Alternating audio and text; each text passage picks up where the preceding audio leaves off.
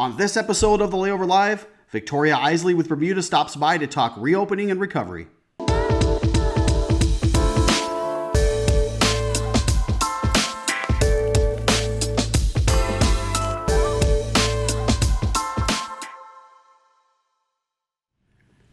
Hello everyone and welcome to episode 127 of the Layover Live, where we bring you the top article from the Layover each week. I'm Jason Swick, VP of Digital Marketing, joined by a very special guest today, all the way from the beautiful island of Bermuda, although she's in Florida right now.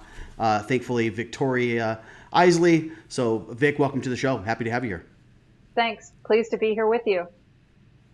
Yeah, excited as well. And, as everyone knows, we've been kind of continuing this theme of this journey towards recovery here on the Layover over the last several weeks. Our article of the week this week comes from citynationplace.com, where it, really gives some really, really good tips. I encourage all of you to read it and check it out as it relates to recovery specifically for cities and for nations and for regions. And it's very relevant as up until this point, we've really only spoken to DMOs here in the U.S. The discussion's been also centered more around drive market, as naturally that's been the quick rebound for us here in the States. But we have yet to get the perspective of those outside of the U.S. And where else to get some of that great perspective than from our friends in Bermuda, who just opened their doors very recently to travel to their destination in early July. So to discuss this, I'm super excited to be joined by Victoria Isley, who's the Chief Marketing and Sales Officer for the Bermuda Tourism Authority. So Vic, can you share a little bit about yourself before we get started?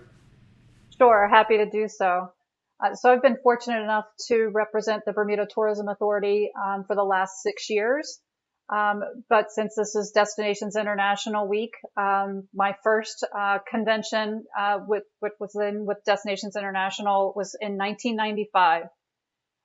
So I go back a ways in the destination marketing world. In fact, was one of the first DMOs that built a website. That was first for Durham, North Carolina, and spent time in Tampa, Florida, as well as the head of marketing for Washington, D.C., and also did a stint at then Destinations Marketing Association International as COO before joining Bermuda back in 2014.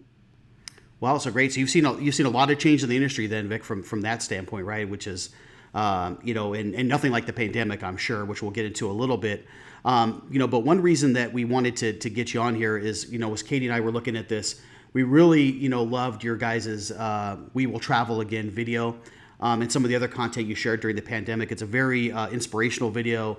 I think it was very, very well done. So, now that you guys have now kind of, focused on this reopening, and it's different for each destination, but how has your team then approached reopening? Like what research, what data, what insights were you guys using to make some of these decisions? Sure.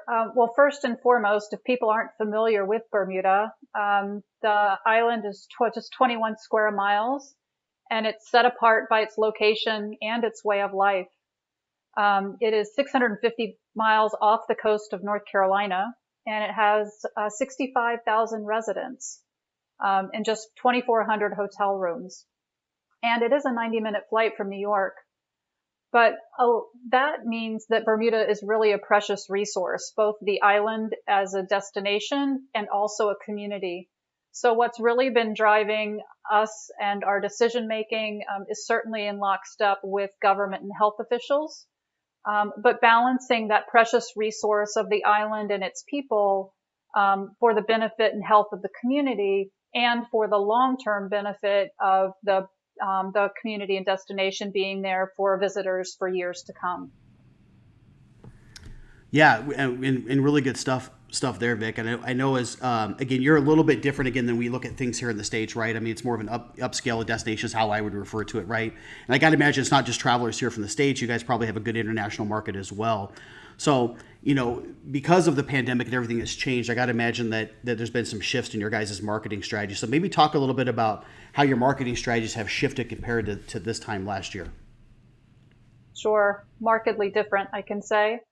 A little bit of background is that over the last number of years, we've really worked with the community and with our stakeholders and partners to reposition and in some cases reintroduce Bermuda to a new generation of traveler. And we were very successful in doing so. In fact, 83% of the increases we'd been seeing year over year in air arrivals were people of 45 years and younger. So we were really getting that next generation of traveler. The majority of our business is leisure travel, but there is specialty incentive and executive conference and retreats that blend in there because of the financial insurance and reinsurance companies that are based in Bermuda. So we were taking a look at that, and that came to a screeching halt March 21st when the island shut its airport to commercial air traffic and its cruise port as well. So in that time, we really shifted, even before the borders shut, to really working with stakeholders and being that bridge between stakeholders and our visiting community and media partners and clients. So when we were thinking about that as a DMO, there were three things we were really focused on, which was transparency, being a reliable source for visitors and for the community. And sometimes that was difficult with not knowing exact information, but being forthright with that when we did. To be a point of hope, inspiration, and reassurance. Travel is still one of the most aspirational purchases we make as human beings, so that was really important. And to be a destination advocate, knowing what the challenges and unknowns were, but then thinking through how do we have the best interests of all parties in mind as we proceeded through the last several months. Yeah, good points to make. And I tell you what, again, even though you guys, are a relatively small island, some of the, things you just mentioned there, Vic, are things that resonate, I think, with just DMOs across in general, having to shift this focus, having to focus on this advocacy, having to change their mindsets. There's that commonality involved with some of that too, right? How has this changed, the way you guys are looking forward to measuring success? How have those things changed? Are you guys using, we've talked to some DMOs on here, and some of them are like, hey, we're gonna still measure the same success metrics. It's still all about getting, people in hotels and doing those things, although it's going to be a slow burn to get to that point. And then we've had others that are, hey, we're totally throwing that out. We're just trying to get people comfortable, again, with travel. We're looking at things from a different standpoint as relates to our community and everything else. How are you guys approaching it there in Bermuda? How are you guys looking at success metrics moving forward? Have those changed? Have they stayed the same? Maybe discuss that a little bit. Sure. Well, as you point out, Bermuda is an island out in the middle of the ocean. So a lot of the data and research that's been coming out of the U.S.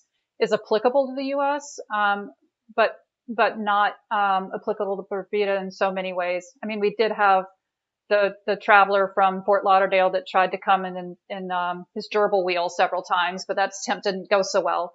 But when you look at Longwoods and destination analysts, and that people are going to get out in their own community first, and then they're going to drive before they fly domestically, and fly domestically before they fly internationally. So those are quite a number of hurdles that we as a small destination need to clear.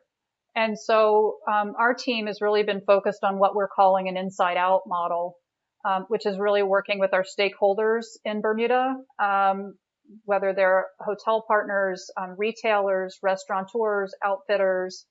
And we've had a series of promotions that were getting people within the community to come out and support, with a great takeout day. It's really worked with, restaurateurs to be, entrepreneurial in creating alfresco dining, which is an innovation that is actually propelling some businesses forward.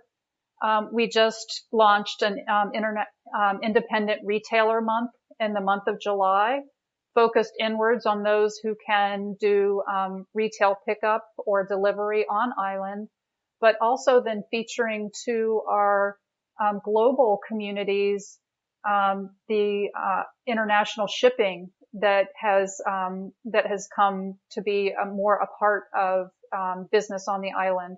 In some cases, we're hearing from some of our stakeholders who create jewelry that's inspired by the pink sand of Bermuda, like Alexandra Mosier, that her international online shipping business has really kept her business afloat during these times.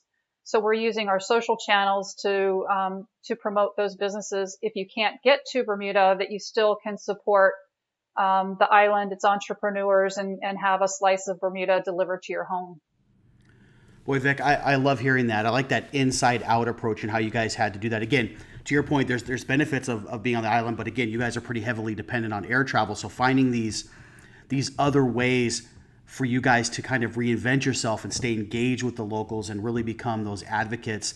I love that you guys are pushing some of the you know restaurant tours and some of the things you've done there on that side, but then encouraging other people through some of the other things that you mentioned about staying afloat and kind of reinventing ourselves and diversifying ourselves. I think that's a great way to reinvent ourselves, because that's one thing that I think all of us have had to do in some way, shape, or form in a very quick way, is try to find other ways to reinvent ourselves. And it sounds like you guys have done a really, really, really good job with that. So, one thing we always like to wrap up with when we're doing these is really start to give advice out there, because I think it's important, as I mentioned before, that we get multiple perspectives as we're looking at these types of things, right? I think one thing I think has benefited myself and probably my staff as well is that, we have the perspective of many, many different DMOs, and we take little nuggets from each one about, oh, that's a good idea. That works well. This is really good. I love how they did this.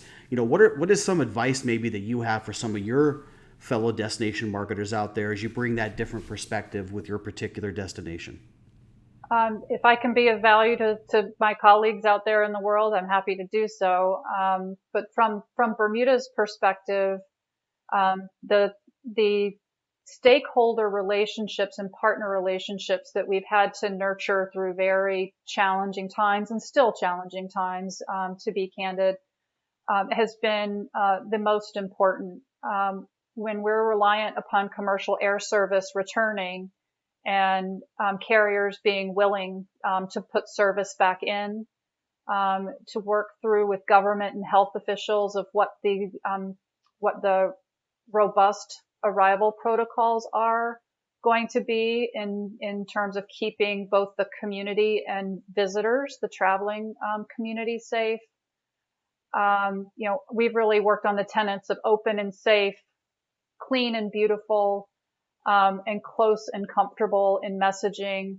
But it really has to be, in this time, a combination of the head and the heart is what we call it. So, Bermuda really does provide that escape valve, that 90-minute flight from New York. So direct service from our key markets, and getting that back in line is really important. Because that's what, people are hungry for, and they just need to understand what they need to do in order to be able to have that. But there's also the rational side. So left brain, right brain, where, how do people actually get to Bermuda? They have to have a negative COVID test. So there's time delays in terms of getting that within 72 hours of departure. They're tested again upon arrival, to ensure that there's safety measures there. So really thinking through how to deliver that message in marketing. So in some of our paid media that we've just turned on last week, there's some very tactical, and as an example, Facebook carousels, which is Bermuda is open. It's safe and beautiful for you here with wide open spaces. Here are the resorts that are open for you to enjoy, and here's the safety and health is our priority, and these are the arrival protocols.